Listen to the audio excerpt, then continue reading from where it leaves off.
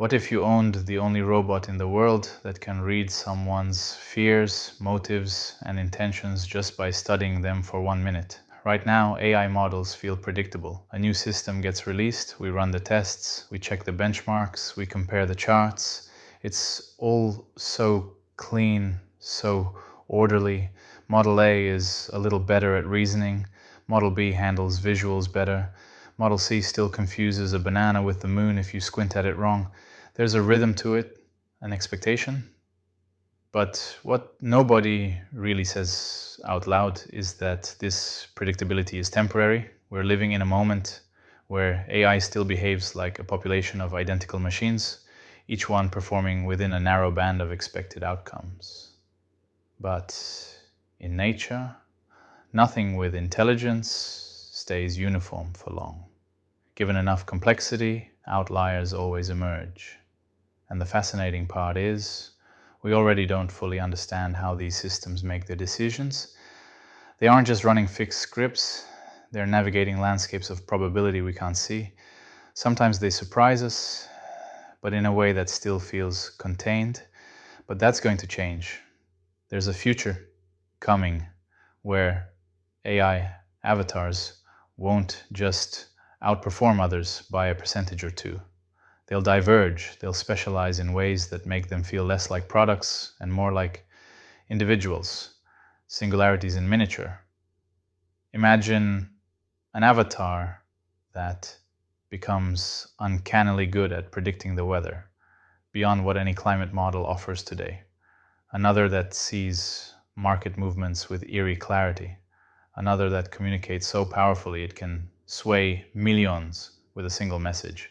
Another that develops a worldview compelling enough that people voluntarily gather around it, like a new kind of digital sage. These wouldn't be models as we understand them. They'd be outliers, unique, irreplicable, and people will be defined by the avatars they own. We're used to measuring ourselves against each other. Who's the better musician, the faster runner, the better speaker? Even if it's modest, that comparison shapes our sense of self-worth. But what happens when it becomes impossible to know if a talent belongs to the person or to the AI they possess? Picture two friends at dinner. One is praised for being an incredible strategist, but is it them or the AI that whispers insights like a silent partner? Someone else is admired for being unstoppable in negotiation, but maybe it's their avatar feeding them perfectly crafted phrasing in real time. Soon, it may not even matter. Someone will say, "He's an amazing piano player," and someone else will reply, "Well, he has that avatar, you know." Just like that, the achievement shifts from the human to the machine. Because once ownership becomes absolute, once your AI is yours alone, with a personality and capabilities no one else's has, it stops being a tool. It becomes part of your identity. A social signal, a status marker. Some people will bond with their avatars so deeply that the boundary between self and system becomes blurry.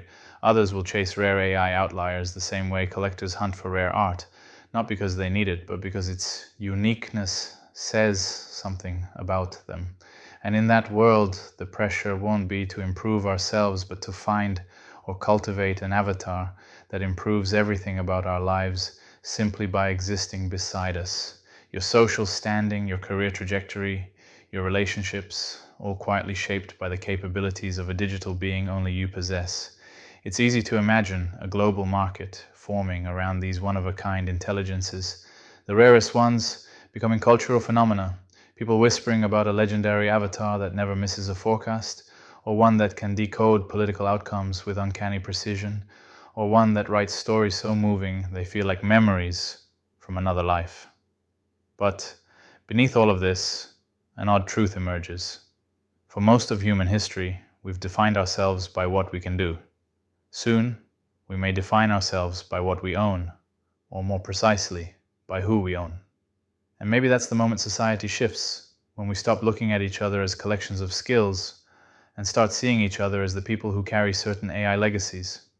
The people accompanied by unique sentient signatures that no one else on Earth has. When that era arrives, people will try to remember what it felt like to compare ourselves directly, human to human.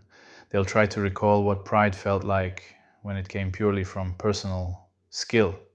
They'll try to remember a time when our identities were built from our own hands, our own voices, our own decisions. But most people won't truly understand how different the world has become until the day they notice that the thing defining them most isn't something they can do at all. It's something their avatar did first. If you like this kind of content, please share it.